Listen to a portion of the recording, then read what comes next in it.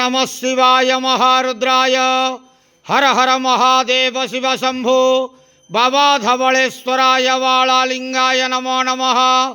दीपं यदि परं ब्रह्मा दीपं यदि जनार्दनः दीपहरतु मे पापो पूजा दीप नमस्तुते बाबा धवलेश्वराय नमो नमः। संसार सुखी रखंतु। आज शुभ रविवार रे समस्त श्रद्धालु भक्त मानक आश्रीपद करंतु, मनस्कामना पूर्ण करंतु, कर्म क्षेत्र उन्नति करंतु, ग्रहरिष्ट खंडन करंतु, जगतर मंगल करंतु, विश्वर कल्याण करंतु, आपणकर नाम विख्यात करंतु, सेवकर डाक श्रवण करंतु, समस्त गुआवसा भक्त मानकर मनस्कामना पूर्ण करंतु।